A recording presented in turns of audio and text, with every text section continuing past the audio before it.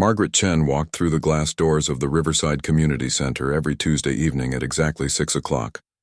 Her footsteps were soft against the polished floor, and she always carried the same worn leather bag over her shoulder. Inside that bag were cleaning supplies, a small notebook, and a thermos of tea that she never seemed to drink. The music room was on the second floor, and Margaret always took the stairs instead of the elevator. She said it helped her stay healthy, but the truth was she enjoyed those quiet moments before entering the room. The stairwell was peaceful, and sometimes she could hear the faint sound of piano music drifting down from above. When she reached the music room, Margaret would set her bag down in the corner and begin her routine. First, she would straighten all the chairs in perfect rows. Then she would organize the sheet music that was always scattered across the piano. The music teacher, David Rodriguez, was talented but messy. He would leave papers everywhere and forget to put the instruments back in their proper places. Margaret had been doing this volunteer work for 3 years now. She started coming after her neighbor, Mrs. Patterson, mentioned that the community center needed help with their weekly choir practice. Mrs. Patterson thought it would be good for Margaret to get out of the house more often. She was probably right. The choir members were mostly older people from the neighborhood. There was Betty, who ran the local flower shop and always smelled like roses. There was Frank, a retired mailman who knew everyone's life story. There was Helen, who brought homemade cookies every week but never let anyone eat them until after practice. They were kind people who had welcomed Margaret warmly when she first arrived, but Margaret preferred to stay in the background. While the others chatted about their grandchildren or complained about the weather, she quietly went about her work. She would dust the piano keys, organize the music stands, and make sure everyone had water glasses filled and ready. David had tried to include her in conversations at first. He would ask about her day or comment on how helpful she was. Margaret would smile politely and give short answers. Over time, he learned that she was more comfortable being left alone to do her work. What David didn't know was that Margaret listened to everything. She heard every note the choir sang, every correction he made, every piece of advice he gave. She noticed when someone sang off key or when the harmony wasn't quite right. She could tell when the sopranos were struggling with the high notes or when the bass section was dragging behind the beat. Sometimes, when she was alone in the room before practice started, Margaret would stand near the piano and run her fingers along the keys without pressing them down. She would look at the sheet music and her lips would move silently, as if she was reading along with words only she could see. The other volunteers thought Margaret was shy. They assumed she had never been involved in music before. After all, she never sang along during practice, never offered suggestions, and never asked questions about the songs they were learning. She was just there to help, they figured, and that was perfectly fine with them. Margaret dressed simply every week. She wore comfortable shoes and plain clothes in quiet colors. Her hair was always pulled back neatly, and she wore very little makeup. She looked like someone who had learned to be invisible, someone who had practiced disappearing into the background. The community center was buzzing with activity on Tuesday evenings. There were art classes in one room, a book club in another, and a computer class for seniors down the hall. But the music room felt special to Margaret. There was something about the way sound moved through the space, the way voices blended together, the way silence felt different when it was surrounded by the possibility of music. Margaret had her own spot in the back corner of the room where she would sit during practice. She had chosen that chair 3 years ago and never moved from it. From there, she could see everyone and everything. She could watch David's hands as he conducted, observe the way different singers breathed before difficult passages, and notice the small smiles that appeared on faces when a song came together perfectly. The choir was preparing for their annual fundraising concert, and Margaret knew they were having problems. She could see the worry in David's eyes when certain sections fell apart. She noticed the frustrated sighs from choir members when they couldn't get a harmony right. She watched as people shook their heads after making mistakes they couldn't seem to fix. Several important choir members had moved away recently. The Thompson family had relocated to be closer to their daughter. Mrs. Garcia had gotten too sick to continue singing. Mr. Williams had passed away unexpectedly last month, and his deep bass voice was greatly missed. Margaret felt sad watching the choir struggle. These people had become like family to her over the past 3 years. She cared about them and wanted them to succeed. She could see how much the music meant to them, how it brought joy to their weekly routine, how it connected them to something larger than their everyday worries. But Margaret also felt something else when she watched them sing. Deep inside, in a place she tried to keep locked away, she felt a stirring. It was like a memory trying to wake up, like a dream that had been sleeping for too long. Sometimes, when a particularly beautiful melody filled the room, Margaret would feel her heart racing and her hands trembling. She would quickly look down at her notebook and pretend to be busy with her volunteer duties. She would count music, stands, or check that the water glasses were full. Anything to distract herself from the feeling that was trying to emerge. The truth was that Margaret understood music in a way that went far beyond what anyone in that room could imagine. She could hear the mathematical precision behind every chord, feel the emotional weight of every phrase, and sense the story that each song was trying to tell. But she kept all of this knowledge hidden, locked away behind her quiet smile and helpful demeanor. After each practice session, Margaret would stay behind to clean up. She would stack the chairs, put away the music stands, and turn off the lights. David would thank her, as he always did, and she would nod politely, as she always did. Then she would walk back down the stairs, through the lobby, and out into the evening air. The walk home took Margaret 15 minutes. She lived in a small house on Maple Street, with a garden that she tended carefully and a cat named Whiskers, who waited for her by the window. Her house was quiet and neat, filled with books and plants but empty of music. Margaret would make herself dinner, watch a little television, and go to bed early. But sometimes, in the quiet moments before sleep, she would hear echoes of the evening's practice in her mind. The voices would blend together in her memory, and for just a moment she would allow herself to imagine what it might feel like to join them. But morning would always come, and with it, the familiar routine of keeping her secret safe. Margaret had learned long ago that some doors were better left closed, some memories better left undisturbed. She had built a life around being helpful and invisible, and it had served her well for many years. Still, every Tuesday evening at 6 o'clock, she would walk through those glass doors and climb those stairs. She would arrange the chairs and organize the music, and she would listen with her whole heart to the sound of people singing together. And deep inside, in that locked-away place, something would stir and whisper that perhaps someday things might be different. The following Tuesday started like any other. Margaret arrived at exactly 6 o'clock, climbed the familiar stairs, and entered the music room. But something felt different in the air. David was pacing back and forth near the piano, running his hands through his hair. The sheet music was scattered more than usual, and he had that worried look that Margaret had been seeing more often lately.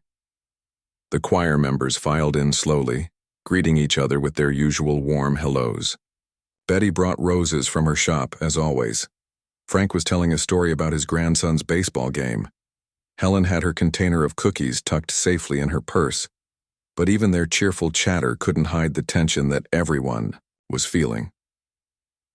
Margaret took her usual spot in the back corner and watched as David tried to organize the evening's practice. He shuffled through papers, checked his notes, and kept glancing at the empty chairs where missing choir members used to sit. The gaps in their group were becoming more obvious each week. When practice began, the problems became clear immediately. The soprano section, which used to be strong and confident, now sounded thin and uncertain. Without Mrs. Garcia's steady voice to guide them, the newer singers were getting lost. They would start strong, but then fade away when the melody got challenging. The alto section was doing better, but they kept looking around nervously, as if they weren't sure they were singing the right notes. The harmony that used to flow naturally now felt forced and uncomfortable. Margaret could see the frustration on their faces as they struggled with parts that used to be easy. The men's section was perhaps suffering the most. Mr. Williams had been their anchor, the one who could hit the lowest notes and keep everyone else in line. Without him, the bass part sounded hollow and incomplete. Frank was trying his best to fill the gap, but his voice was lighter and couldn't provide the same foundation. David stopped the practice 3 times during the first song. Each time he would explain what was going wrong and ask them to try again. But the problems weren't getting better. If anything, the choir members were becoming more nervous and making even more mistakes.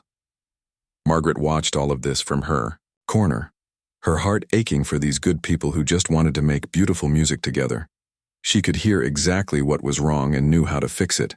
The sopranos needed more support on the high notes. The altos were rushing the rhythm in the second verse. The bass line needed someone with more power and confidence, but Margaret kept her knowledge to herself as she always did.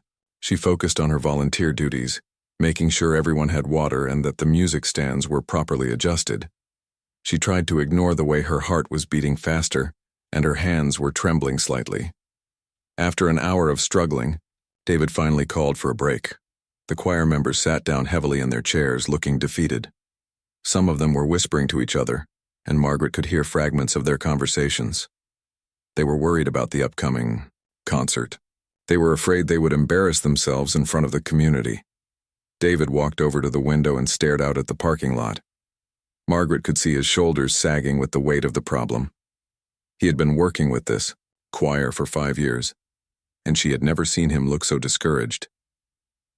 During the break, Margaret quietly refilled everyone's water glasses and straightened the music that had been scattered during practice.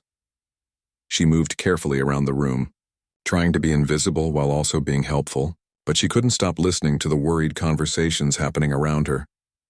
Betty was saying that maybe they should cancel the concert this year. Helen thought they needed to find new members quickly.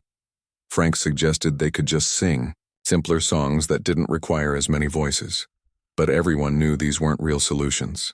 They were just ways to avoid facing the bigger problem. When practice resumed, things didn't get any better. If anything, the choir members seemed more tense and nervous than before.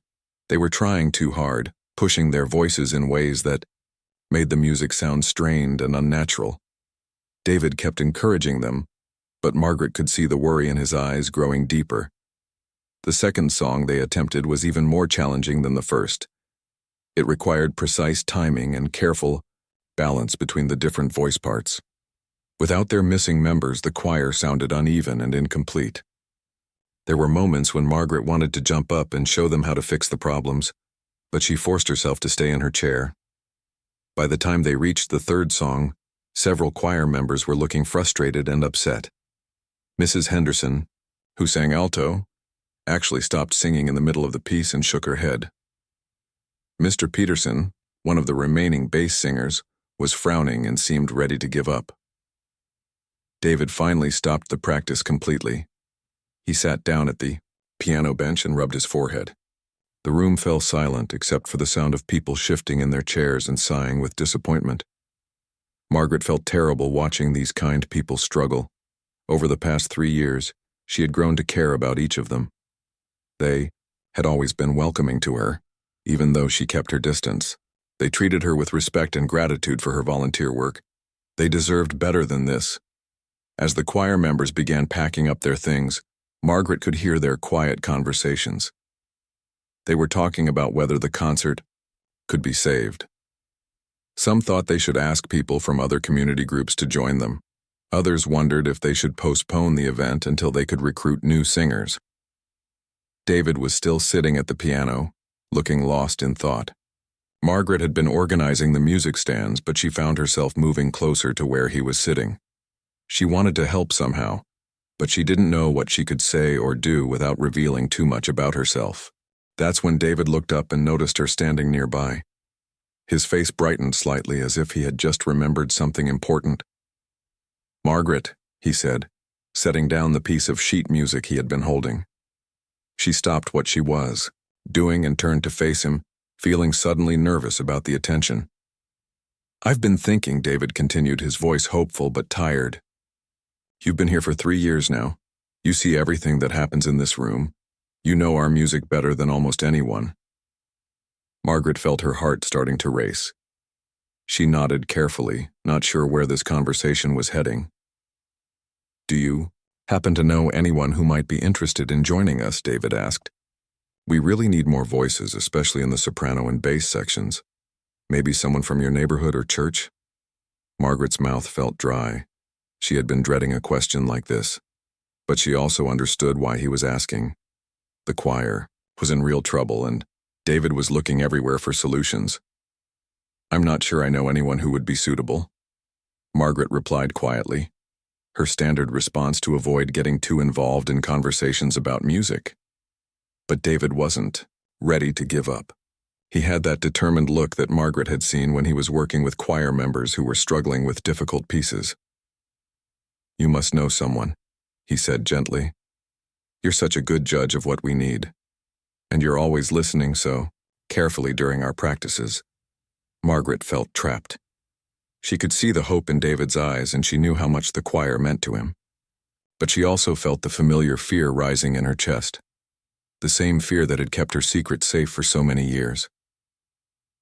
She started to shake her head, ready to give another polite excuse, when David asked the question that changed everything. "What about you, Margaret? Have you ever thought about singing with us?" The words hit Margaret like a physical blow. She felt the color drain from her face and her hands began to tremble. This was the question she had been dreading for 3 years, the one she had hoped would never come. "Oh no," she said quickly, almost frantically. "I couldn't possibly. I'm just here to help with the organizing and cleaning." But David had caught something in her reaction. Maybe it was the way she had responded so quickly, or the fear that had flashed across her face. Whatever it was, it made him more curious instead of less. "Are you sure?" he asked gently. "I've noticed that you always seem to be following along with the music, and you have such good instincts about what we need." Margaret felt panic rising in her throat. She had worked so hard to be invisible, to avoid exactly this kind of attention. She had built her volunteer role carefully, making herself useful without ever crossing the line into actual participation. "I really don't think I would be good at it," she managed to say, but her voice sounded shaky even to her own ears. David didn't push further that evening, but Margaret could see that he wasn't convinced by her response. As she helped clean up after practice, she caught him watching her with a thoughtful expression. She knew that this conversation wasn't over, and the thought filled her with both terror and something else she didn't want to name. The next week, David tried a different approach. Instead of asking Margaret directly, he started making general comments about how much they needed help. He would mention during practice how nice it would be to have more voices. He would talk about how welcoming the group was to new singers. Margaret pretended not to notice, but she could feel his eyes on her during these comments. She focused even more intently on her volunteer duties, trying to make herself as invisible as possible. But the seed had been planted, and both she and David knew that the question would come up again. The third week, David was more direct. After a particularly difficult practice where the choir had struggled with a piece they used to perform beautifully, he approached Margaret as she was stacking chairs. "Margaret, I know you said you're not interested in singing, but I really think you might surprise yourself. We're not looking for perfect voices. We just need people who care about the music." Margaret's heart was pounding so hard she was sure David could hear it. She had spent years building walls around her past, and now those walls felt like they were crumbling. "I appreciate your confidence in me," she said carefully, "but I really don't think it's a good idea." "Why not?" David asked, and there was genuine curiosity in his voice, not pressure. That simple question hung in the air between them. Margaret realized she didn't have a good answer that wouldn't reveal too much. She couldn't explain about her past, about the reasons she had to stay hidden, about the fear that singing again would bring back memories she wasn't ready to face. So, she said nothing, just shook her head and continued stacking chairs. But David had seen something in her silence, something that told him there was much more to Margaret Chen than anyone realized. The fourth Tuesday arrived with a heavy gray sky and the smell of rain in the air. Margaret walked up the familiar stairs more slowly than usual, her heart already racing with anxiety. She knew David wouldn't give up easily, and she could feel the pressure building each week like water behind a dam. When she entered the music room, the atmosphere was even more tense than before. The choir members were sitting in their chairs, but instead of their usual cheerful chatter, there was worried silence. David was standing by the piano with his shoulders slumped, holding a letter in his hands. Margaret quietly set down her bag and began her usual routine, but she could hear fragments of conversation that made her stomach twist with concern. The community center director had stopped by before practice to discuss the upcoming fundraising concert. Ticket sales were already being advertised around town. People were expecting a performance in just 6 weeks. Betty was the first to speak up when David called the group to attention. Her voice was shaky as she asked what everyone was thinking. How could they possibly perform for the whole community when they could barely get through a single song without falling apart? David tried to sound encouraging, but Margaret could hear the worry underneath his words. He suggested they focus on simpler songs, maybe just 3 or 4 pieces instead of the full program they had planned. But everyone in the room knew that wasn't really a solution. Frank cleared his throat and said what everyone was thinking. Maybe they should cancel the concert this year. It would be embarrassing, but it might be better than disappointing everyone who bought tickets. The suggestion hung in the air like a dark cloud. Margaret watched the faces around the room and saw discouragement, frustration, and sadness. These people had been singing together for years. The annual concert was something they looked forward to, something that made them feel connected to their community. Helen spoke up next, her voice barely above a whisper. She said she had been in the choir for 8 years, and this was the most important thing she did all week. The idea of giving up felt like losing a piece of herself. Margaret felt tears stinging her eyes as she listened to these good people talk about their fears and disappointments. She had grown to care about them more than she had realized. They weren't just the people she helped on Tuesday evenings. They had become her friends, even if she had never allowed herself to get too close.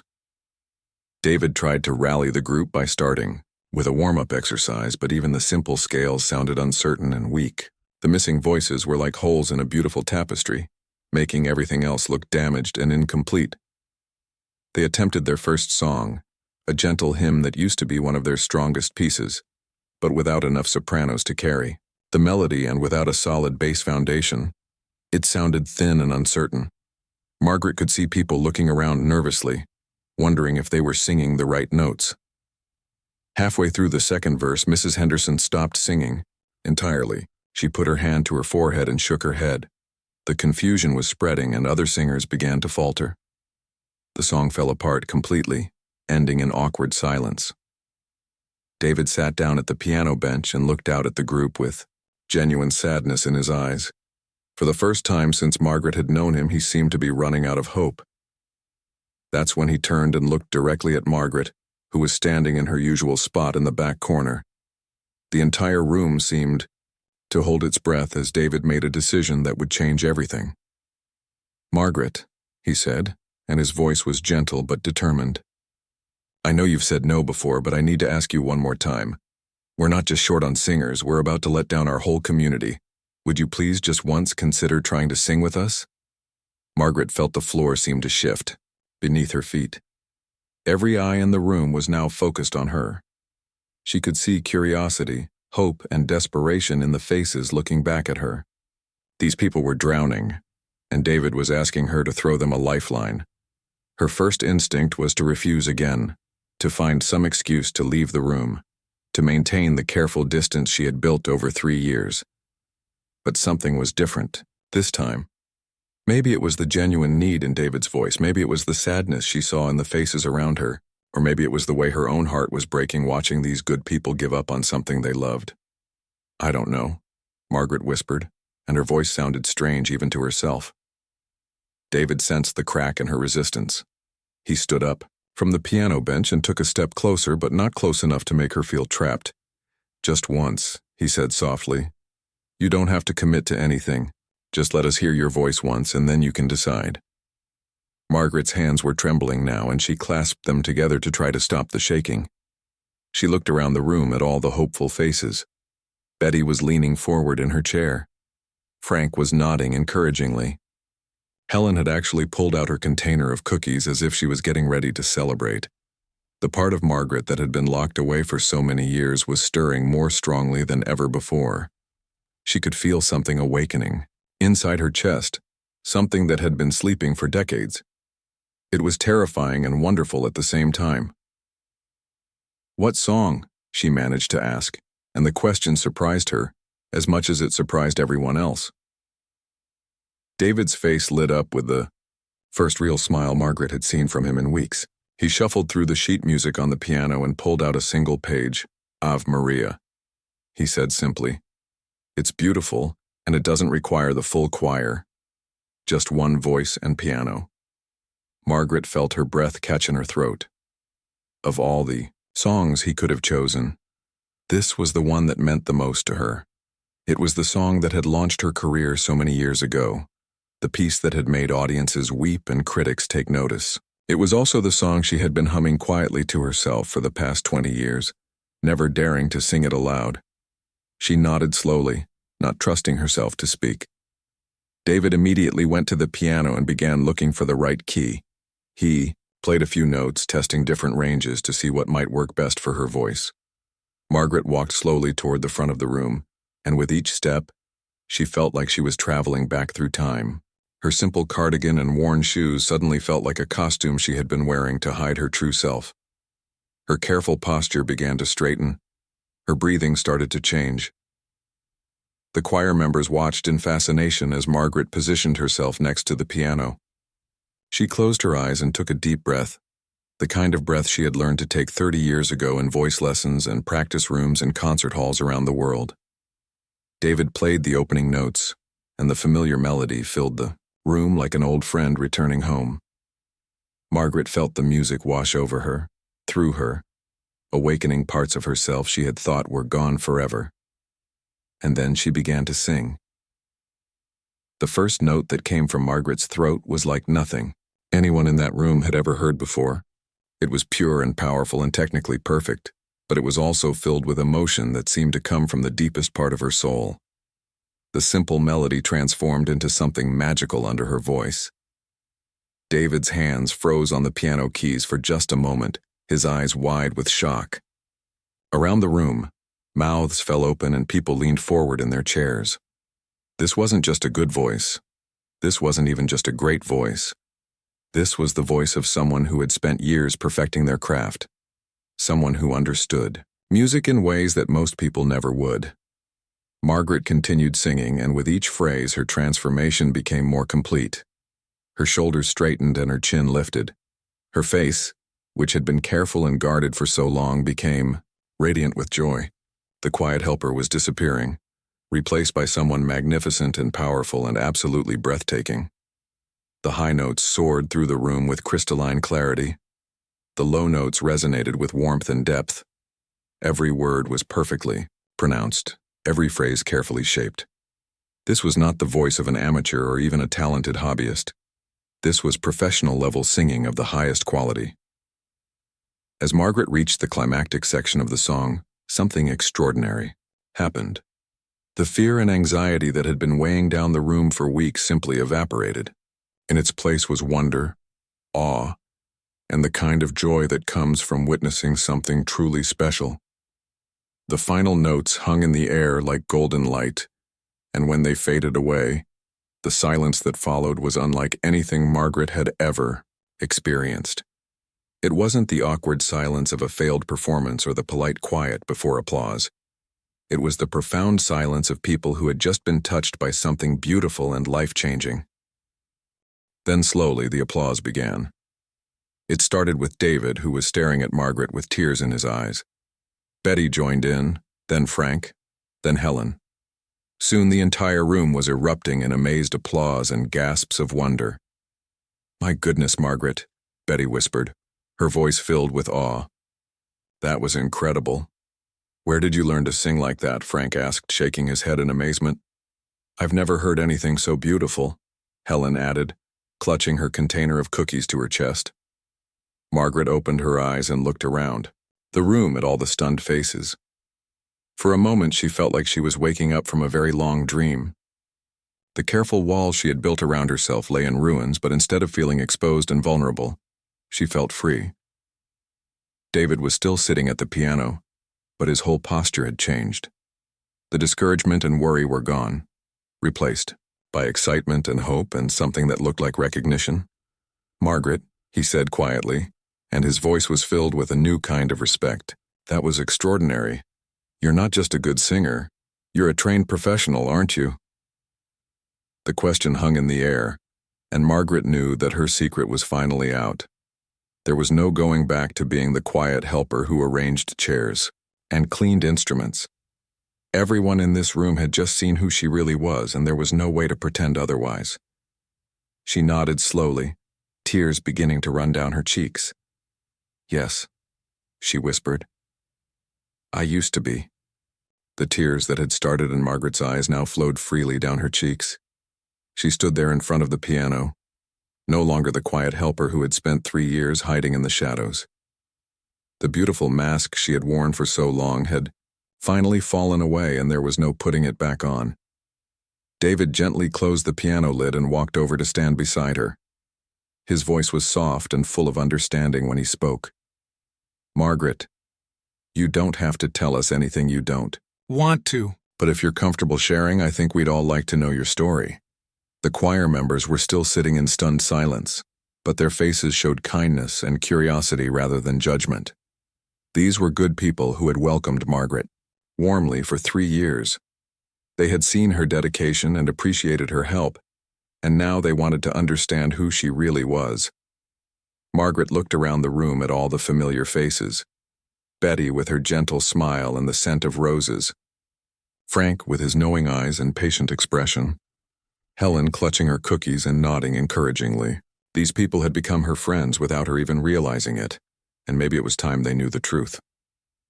She walked slowly back to her usual chair in the corner and sat down heavily. Her hands were still shaking as she folded them in her lap. Where could she possibly begin? How could she explain 25 years of silence and hiding? "My name isn't really Margaret Chen," she said quietly, and her voice sounded different now. Stronger and more musical than anyone had ever heard it before. "My real name is Maria Esperanza." The Spanish name rolled off her tongue naturally, and several choir members exchanged glances. They had never heard Margaret speak with any trace of an accent, but now they could hear the faintest hint of something musical in the way she said certain words. 25 years ago, Maria continued, I was a different person living a completely different life. I was an opera singer in New York City. I had trained at the best music schools, worked with famous teachers, and performed on some of the biggest stages in the world. She paused and took a shaky breath. Even saying these words out loud felt strange after so many years of keeping them locked inside. I started singing when I was very young, she continued. My grandmother taught me the old songs from Mexico, and I fell in love with the way music could tell stories and make people feel things they couldn't express any other way. When I was 16, a music teacher heard me singing in our church choir and convinced my parents to let me audition for music school. Margaret paused and smiled slightly at the memory. Those early days seemed like they had happened to someone else, but she could still remember the excitement and hope she had felt. I got into the Manhattan School of Music, she said. It was like a dream come true. I spent 4 years learning everything I could about opera, about technique, about the history and tradition of classical singing. I practiced for hours every day, studied multiple languages, and slowly built the skills I needed to become a professional. David was listening intently, and Margaret could see understanding growing in his eyes. He was a music teacher himself, and he knew how much work and dedication it took to reach that level of skill. After graduation, things happened quickly, Margaret continued. I started getting small roles with regional opera companies. Then I was accepted into a young artist program at the Metropolitan Opera. I was understudying for major roles, and sometimes I got to perform when the principal singers were sick or unavailable. She looked down at her hands and remembered the feeling of standing on that enormous stage, wearing elaborate costumes and singing for thousands of people. It had been terrifying and wonderful at the same time. By the time I was 28, I was getting my own leading roles, she said. I performed at Lincoln Center, at the Kennedy Center in Washington, at opera houses in Chicago and San Francisco. I had an agent who was booking me for performances all over the country. There was talk of European tours and recording contracts. Betty leaned forward in her chair, completely captivated by the story. It was hard to imagine their quiet volunteer leading such an exciting and glamorous life. I thought I had everything figured out, Margaret continued, and her voice began to change. The happiness faded from her tone, replaced by something sadder and more complicated. I was Maria Esperanza, the rising star. People were starting to know my name. Critics were writing good reviews. I was living my dream. She stopped talking for a moment and stared at the floor. This was the part of the story that was hardest to tell, the part that explained why Maria Esperanza had disappeared and Margaret Chen had taken her place. Then I met Robert, she said softly. He was a doctor who came to one of my performances. We started dating, and within a year we were married. He understood my career and supported my ambitions. We were both young and successful, and we thought we had our whole lives ahead of us. Margaret wiped away a fresh tear and took another deep breath. The hardest part of the story was coming, and she wasn't sure she could get through it without breaking down completely. For 5 years, everything was perfect, she continued. I was getting better roles and more recognition. Robert had a successful medical practice. We bought a house, talked about having children, made plans for the future. I was at the peak of my career, performing leading roles in major productions. She paused again, and everyone in the room could sense that something terrible was coming next. Then Robert started forgetting things, she said, and her voice dropped to almost a whisper. Little things at first. He would forget where he put his keys or miss appointments. We joked about it, said he was working too hard. But then it got worse. Margaret looked up at the concerned faces around her. These people knew about loss and difficult times. They would understand what she was about to tell them. The doctors said it was early-onset Alzheimer's disease, she continued. Robert was only 38 years old. They told us we might have 10 years, maybe 15 if we were lucky. But the disease would be aggressive, and Robert would need more and more care as time went on. The room was completely silent now. Everyone understood the weight of what Margaret was telling them. They could imagine the impossible choice she had faced. I was supposed to start a 6-month tour of Europe the following month, she said. It was the opportunity I had been working toward my entire life. Major opera houses, famous conductors, audiences, who really understood and appreciated classical music. My agent said it would make my international reputation. She stopped and shook her head, remembering the agony of that decision. But Robert needed me, she said simply. He was scared and confused, and I was the only person who could calm him down. When he got upset, the doctor said he would need constant care within a few years. How could I leave him to go sing on stages around the world? Frank nodded slowly, understanding completely.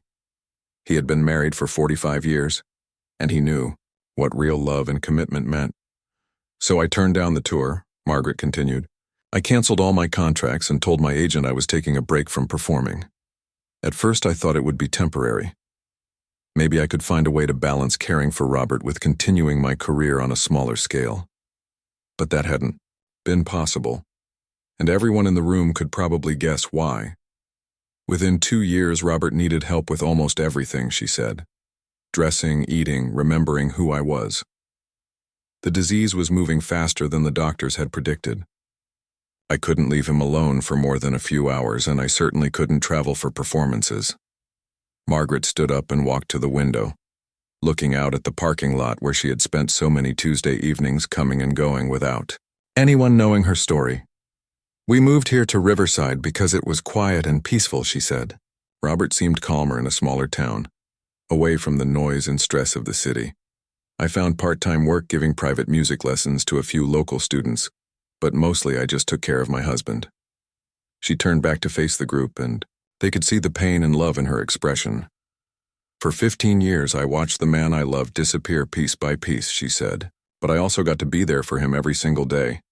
I got to hold his hand and sing to him when he was scared. I got to make sure he felt safe and loved right up until the end. There wasn't a dry eye in the room now. These people understood sacrifice and devotion, and they could see that Margaret had made the ultimate choice between her dreams and her love.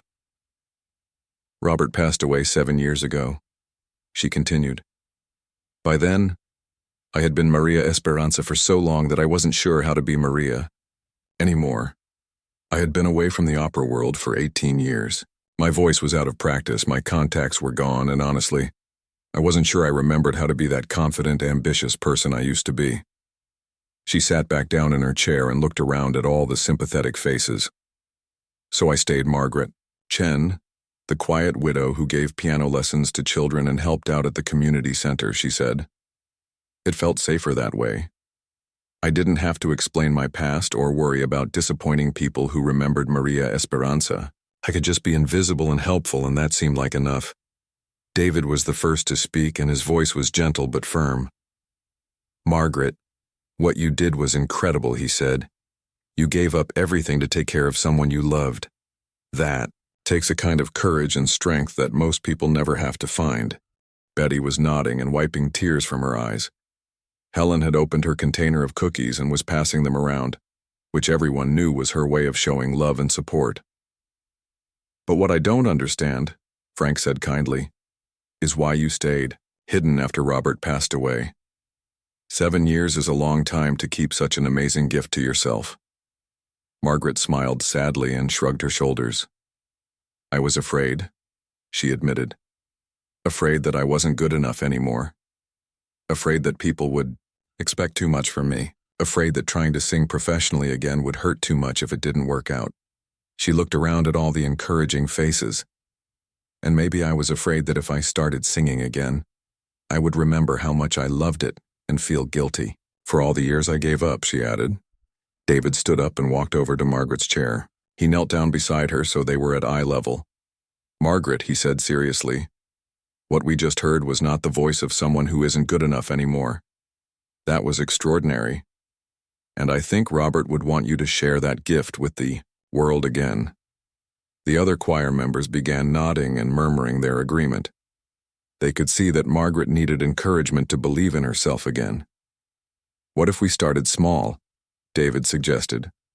What if you sang just one song in our concert? Nothing too complicated or stressful.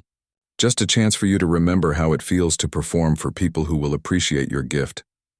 Margaret looked around at all the hopeful faces. These people had become her friends, and they were offering her a chance to step back into the light. The annual concert was held 6 weeks later in the Riverside Community Center's main auditorium. Word had spread quickly through the town about the mysterious volunteer who turned out to be a professional opera singer. The small venue sold out within days, and people drove from neighboring towns to hear Margaret perform. On the night of the concert, Margaret stood backstage in a simple but elegant black dress. Her hair was styled nicely, and she was wearing makeup for the first time in years. She looked nervous, but also excited in a way she hadn't felt for decades. The choir performed beautifully that night. With Margaret's help during the final weeks of rehearsal, they had found their confidence again. Their harmonies were strong, their timing was perfect, and their joy was infectious. But everyone was waiting for Margaret's solo. When David introduced her as Maria Esperanza, the audience erupted in surprised murmurs and enthusiastic applause. Margaret walked to the center of the stage and looked out at the crowd of friendly faces.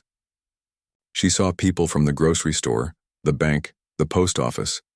These were her neighbors and friends, people who had known her as the quiet helper, but were now ready to meet the real person behind the mask. She nodded to David at the piano, took a deep breath that came from years of training and experience, and began to sing. The song was Nessun Dorma, one of the most challenging and beautiful arias in all of opera. Margaret's voice soared through the auditorium with power and precision that left the audience breathless. Every note was perfect, every word was clear, and every phrase was filled with emotion that came from a life fully lived. When the final note faded away, the silence lasted for several heartbeats. Then the entire auditorium erupted in the longest standing ovation anyone could remember. People were crying, cheering, and calling for more. Margaret stood at the center of the stage with tears streaming down her face, but they were tears of joy this time. She was Maria Esperanza again, but she was also Margaret Chen. She had found a way to be both people at the same time. In the months that followed, word of Margaret's performance spread far beyond Riverside. She was invited to sing with regional opera companies and at special events throughout the state. She never returned to the demanding schedule of international touring, but she had found a way to share her gift again while staying close to the community that had helped her remember who she really was. The quiet helper had always been an opera star. She had just needed some good friends to help her find her voice again.